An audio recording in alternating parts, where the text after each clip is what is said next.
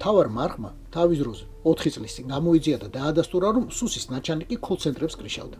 და მერე იცით რა მოხდა?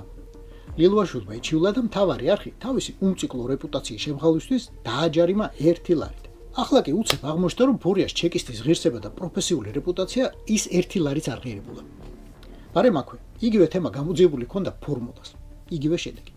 ქალაქის ცენტრში ათეულობით ოფისში, სადაც ეგრეთ წოდებული კოლ-ცენტრებია განთავსებული მთავარი არხის წყაროს ინფორმაციით, კიბერდანაშაულში ჩართული პირები არიან დასაქმებული და ევროკავშირის მოქალაქეებს ძარცვავენ.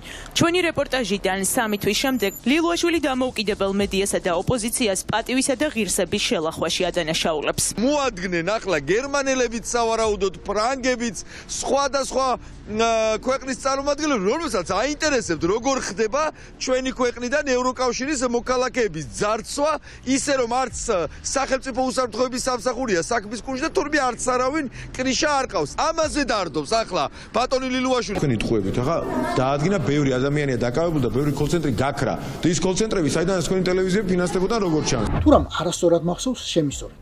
ლილვაშვილი არ იყო ბურიას ყველაზე სანდუკაცი და მაგას არ ქონდა ჩაბარებული, დავალებული შიკრიკობა ამერიკაში რომ გზავნიდა სავაჭრო. თქვენ მე სანქციებს არ მიწესებთ, ფულს მიბრუნებთ, მე კი ცოტა დემოკრატობანას და დასავლეთობანას გეთამაშებითო.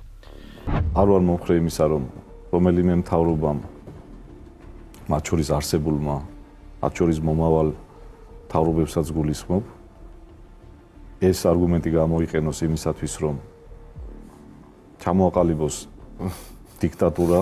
მაგრამ ლილვაშვილის დიპლომატია მაშინ ამერიკაში რომ ვერაფერი იქნა, სანქციები რომ ვერ ააცილა ხაზე. ახლა მიეწია აღმარჩიქვად.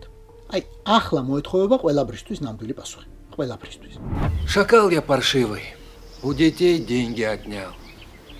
Детский сад ограбил. ახლა მოდი მართლა დავსერიოზულდეთ. ამდენი წლის განმავლობაში ჩვენ გქონდა ეჭვი, რომ ქართული სამართალდამცავი სისტემიდან ჟონავდა ინფორმაცია პირდაპირ რუსულში. ამდენი ხანია ვამტკიცებდით, რომ რუსული სპეცსამსახურები ფლობენ მონაცემთა სრულ ბაზას, სულ ცოტა ქართველი სამხედროების შესახებ და არა მხოლოდ მათზე. და ახლა ამ გამოძიებას მოუწევს დაამტკიცოს, რომ ბურიას ჩეკისტები მხოლოდ კომბოსტოსა და მანანას ბურღულზე ან კოლ-ცენტრებზე ითმობდნენ ხელს და არასოდეს შეხებიან ინფორმაციას, რომ უძვირფასეს მართლა ძალიან ძვირად ღირებულ ინფორმაციაზე ფული არასოდეს უკეთებიათ. აწი რა იქნება და კიდევ ვის ჩაიყოლებს ეს მორევი? გამორიცხავს რომ შესაძლოა აქედან გამოსულს ბრალს გიყენო. ღვთისნებაა ყველაფერი, რა შეგამოიცი. ხო, ჩვენც მაგას ვამბობთ. ყველაფერი ღვთისნებაა. ღმერთი ყველას მიუძღავს. ღმერთი ზემოდან იყურება. სადღაც ჭორვილას თუ აბასტუნის მთებიდან.